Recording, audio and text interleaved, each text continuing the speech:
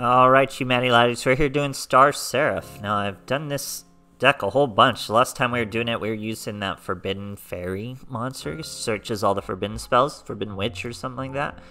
But now it has a really OP skill where you can just set a monster and bring a monster out from your deck and do an immediate XCs. Really, really OP. There's a second part where you can send a monster, and gain a rank up. But I don't use it all that often. It is useful, but man, this deck is crazy with this skill. All you need is a handful of these monsters.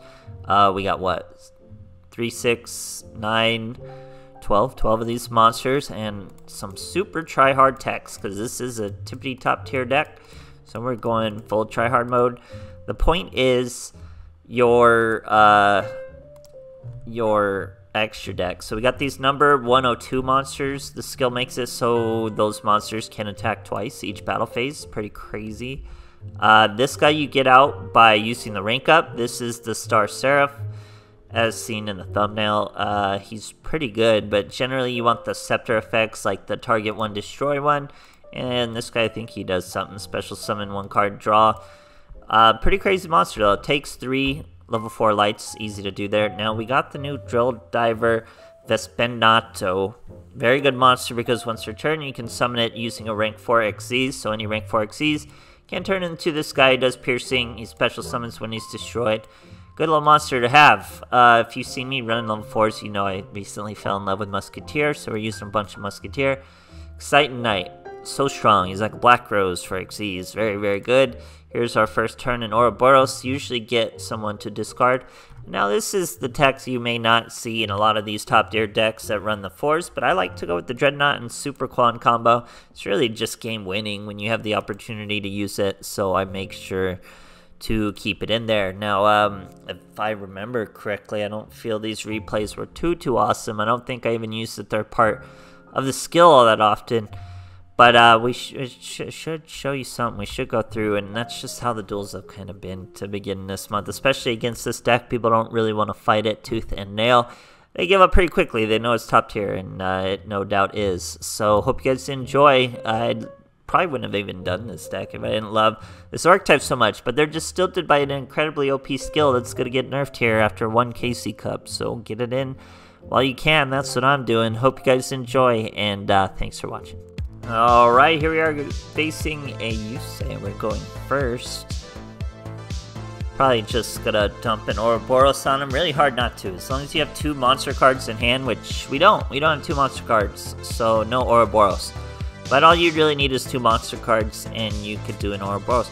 Actually, we still might have been able to if we normal summoned our Effect Veiler and used the third part of the skill. But probably more beneficial to just keep the Effect Veiler. Here we're facing Thunder Dragons, so you know me, I love Thunder Dragons, and pretty much know what they do, so we're gonna go with the Dreadnought over the Excited Knight and just leave it at that. He should have a hard time getting over the Excited, or the Dreadnought. Uses Melody for 1 card, so it's really good we didn't go Excited Knight, because he was gonna beat us. We Effect Veiler his Raiden, Lightsworn. Doesn't get to mill anything and completely stops the turn, so pretty crippling for him. That's why you don't rely on that normal summon. 1 instance of disruption is going to really stop it. We use our Scepter. All we need is a monster. We're going to be able to use our skill. That's why Scepter's so OP in this deck, the way this skill works. I don't know why they make the skill just so insanely strong. You know it's a problem. The skill is the entire problem with this deck. You made it too strong. Like, especially that we can just do it endlessly. It's just once per turn, not just once in general. Here we do have a cutscene though, so we're gonna get a cutscene where it'll pop this guy.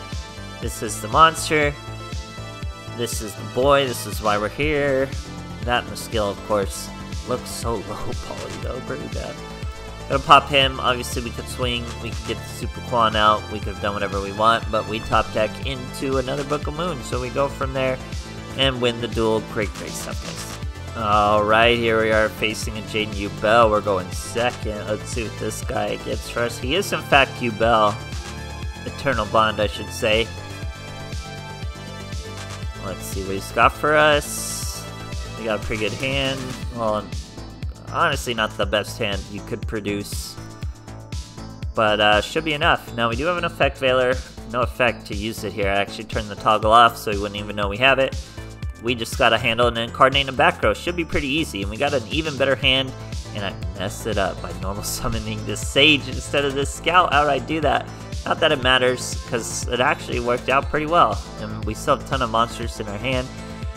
We got the Scepter out, so when you Xyz with the Scepter, you get a pop one. So we're gonna go into the 102. This 102 gets to attack twice from the skill. The skill is so OP. You get a little cutscene, pretty cool. I like the texture they add to this incredibly basic shape of a design, because it pretty much needs it. So we can attack twice, we're gonna pop, we can negate effects. So we pop him, we can negate this thing's effect in half its attack with this guy's effect still. So we set this guy, use this guy. There's more we could have done too. We could have got rid of one of these monsters to get a rank up, and it would have brought us another monster out. So we could have gone with the Musketeer, all the same. But we're about to skip the monster here, then just swing for lethal. Keep in mind he can swing twice, but we don't. Yeah, there's a few other stuff we could have done to be more thorough with that third part of that deck, but this worked out just fine. Like I said, we could have got rid of one of the monsters, we could have put another monster face down, so we would have got that Musketeer all the same, but what it would have given us was a rank up to use on our Star Seraph monster. Then we get the level 5 Star Seraph, just a little better, can still attack twice, all that great stuff. It would have been overkill though, obviously, so great stuff, guys. Alright, here we are facing a Pegasus. We are going first.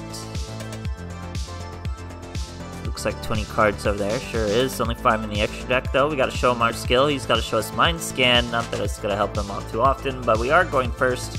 Looks like we're gonna set some cards, so it will help him a little. Here we search our chair, sovereignty.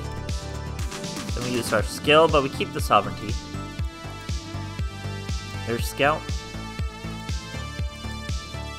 Bada bing, it's Ouroboros. First turn, we got 3. We're gonna be able to discard before he gets to do anything. Could be pretty crippling. Doesn't look very crippling. Just an Unchained monster. But now we know what we're dealing with. Unchained with a Mind Scan. So we just gotta stop his effects properly. He messes up his own effect. He destroys this monster and that does nothing. He had to destroy the face up. My guy, he messed it up and had to scoop. But we had him covered anyway with Book of Moon. And Effect Failure. He was in trouble. Great stuff, guys. Alright, here we are facing this Salamander Great Goofball. I don't know if that's what he's using, but that's what he is. Boy, another bad hand for these replays. Not particularly bad, the skill is so good. You're always going to have a play. It's kind of insane, really. But, yeah, not our ideal first turn.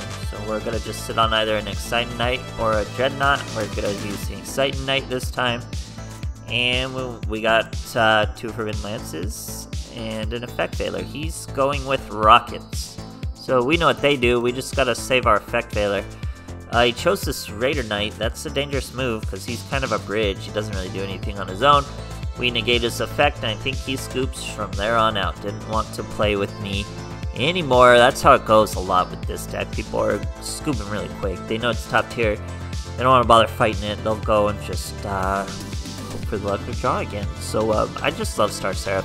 Sad they got the super OP skill thrust you into top tier overnight treatment because they're just gonna fall just as hard and we'll have to see. But it's good they have their time in the sun. They have been ban listed before, stuff like that. It was very quick. This is obviously gonna be very quick one KC Cup as well.